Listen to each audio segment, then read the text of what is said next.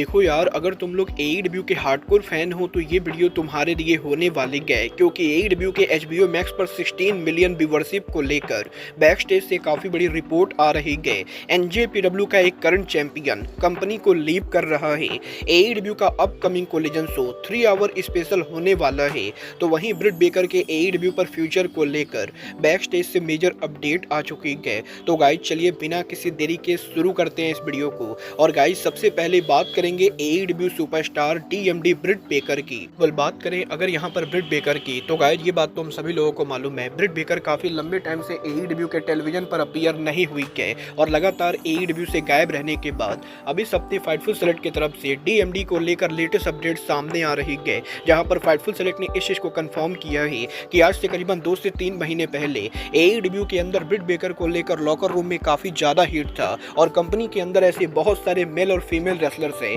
जो ब्रिट बेकर के साथ काम नहीं करना चाहते थे। बट पिछले कुछ महीनों के अंदर मामला काफी ठंडा हो चुका है और क्योंकि ब्रिट बेकर काफी लंबे टाइम से एईडब्ल्यू के बैक स्टेज पर अपीयर नहीं हुई है, तो अब यहाँ पर लॉकर रूम के अंदर ब्रिट बेकर को लेकर किसी तरह की कोई भी बातें नहीं हो रही है। बट एईडब्ल्यू के अंदर पिछले कुछ सालों में ब्रिट बेकर ने जो ड्रामा और कंट्रोवर्सी की गई, उसके बाद कंपनी के मैनेजमेंट और रेसलर्स ब्रिट बेकर से कुछ ज्यादा इंप्रेस नहीं गए और एईडब्ल्यू के अंदर इस चीज के बहुत ही ज्यादा हाई चांसेस है कि पॉसिबली ब्रिट बेकर सच में फ्यूचर में कंपनी को लीव करे और एईडब्ल्यू के अंदर ब्रिट बेकर यहां पर फ्यूचर में कंपनी पर रिटर्न करेंगे या नहीं, इसको लेकर किसी को कोई भी आइडिया नहीं गए और काफी सारे लोग ये बिलीव करते गए कि पॉसिबली ब्रिट बेकर अब फ्यूचर में कभी भी कंपनी पर रिटर्न नहीं करेंगी, क्योंकि एईडब्ल्यू मैनेजमेंट भी ब्रिट बेकर के ड्रामा से काफी ज्यादा एग्जॉस्ट हो चुकी है और एईडब्ल्यू के मैनेजमेंट भी अब यहाँ पर डीएमडी ब्रिट बेकर को लाना वापस नहीं चाहते गए। और अब ये देखना दिलचस्प होने वाला है कि टोनी खान डीएमडी ब्रिट बेकर को एईडब्ल्यू से फायर करते गए या ब्रिट बेकर को एईडब्ल्यू के टेलीविजन पर वापस लाते गए।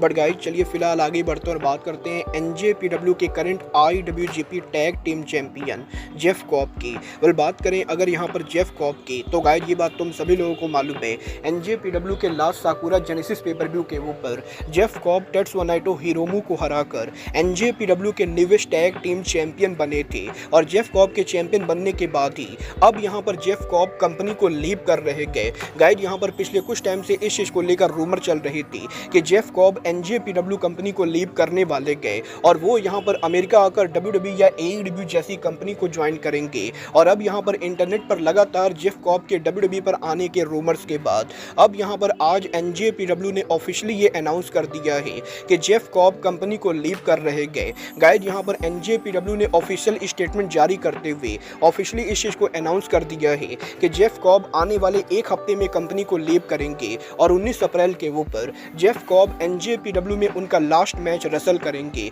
जहां पर जेफ कॉब का एनजेपीडब्ल्यू में आखिरी मैच जेफ कॉब एनजेपीडब्ल्यू के प्रेसिडेंट हिरोशी तनाहाशी से रेसल करने वाले गए। और 19 अप्रैल को तनाहाशी और जेफ कॉब के मैच के बाद Jeff Cobb officially NJPW company को लीव करेंगे। और अब जबकि जेफ कॉब कंपनी को लीव कर रहे गए, तो इस रीजन की वजह से एनजेपीडब्ल्यू को आईडब्ल्यूजीपी टैग टीम चैंपियनशिप को वैकेट करना पड़ा है और जेफ कॉब की कंपनी लीव करने के बाद अब एनजेपीडब्ल्यू उनका new tag team champion crown करेगी। देखना दिलचस्प होने वाला है कि अब जबकि जेफ कॉब कंपनी को लीव कर रहे गए, तो एनजेपीडब्ल्यू का अगला टैग टीम चैंपियन कौन बनता है और जेफ कॉब के 19 अप्रैल को कंपनी को लीव करने के बाद क्या post WrestleMania one day night raw के ऊपर जेफ कॉब का डेब्यू होता है या नहीं, क्योंकि कुछ दिनों पहले इस चीज को लेकर रिपोर्ट आई थी कि डब्ल्यूडब्ल्यूई के अंदर इंटरनली ऑलरेडी जेफ कॉब का नाम डब्ल्यूडब्ल्यूई के रोस्टर के अंदर है और इसका मतलब ये है कि जेफ कॉब जैसे ही कंपनी को लीव करेंगे वो डब्ल्यूडब्ल्यूई के ऊपर आने वाले गए। ये तो आने वाला टाइम बताएगा कि Jeff Cobb directly main roster के ऊपर आते गए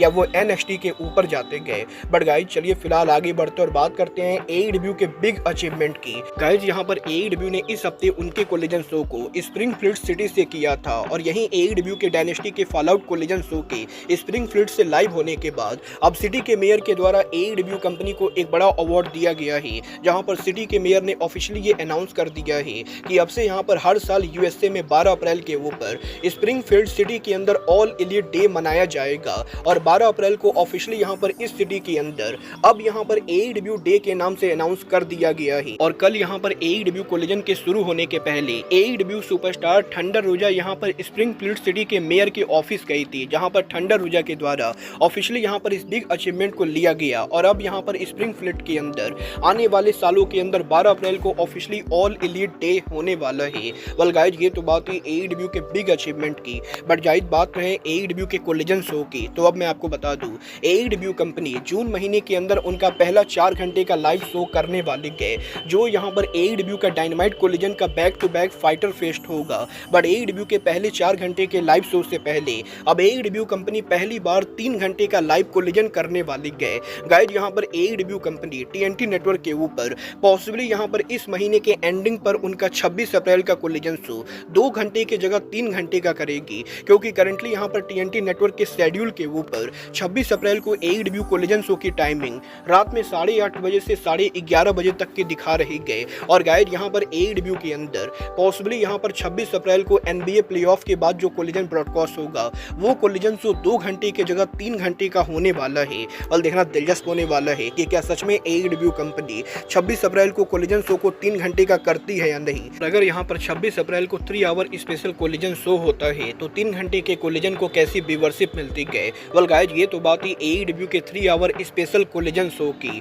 बट गाइज जहां तक बात रही AEW के शोज के व्यूअरशिप की, तो अब मैं आपको बता दूं AEW कंपनी के वीकली डायनामाइट शो की व्यूअरशिप वैसे तो यहां पर टेलीविजन पर 6 लाख से 7 लाख के बीच में होती गए, और रिसेंटली यहां पर इस चीज को लेकर रिपोर्ट आई थी कि AEW के HBO मैक्स के ऊपर डायनामाइट को लाइव ब्रॉडकास्ट करने के बाद अब HBO मैक्स के ऊपर USA में AEW डायनामाइट की वीकली व्यूअरशिप करीबन 5 लाख के बराबर होती गए। बट अब यहां पर HBO मैक्स स्ट्रीमिंग प्लेटफॉर्म के ऊपर AEW कंपनी के डायनामाइट शो की वीकली व्यूअरशिप वर्ल्ड वाइड कितनी होती गए, इसको लेकर एक बड़ा खुलासा हो चुका है। गाइज यहां पर इस हफ्ते हॉलीवुड आर्टिकल ने इस चीज को कंफर्म किया है कि रिसेंटली यहां पर HBO मैक्स बैक स्ट्रीमर के द्वारा AEW डायनामाइट के मैक्स पर व्यूअरशिप को रिवील किया गया, जहां पर HBO मैक्स के बैक स्ट्रीमर ने हॉलीवुड राइटर को यह बताया है कि AEW कंपनी के HBO मैक्स पर वीकली वर्ल्ड वाइड व्यूअरशिप आज के टाइम पर करीबन 10 मिलियन से ज्यादा है। और वैसे तो USA के अंदर AEW के शो को पॉसिबली 5 लाख लोग वीकली लाइव देख रहे गए,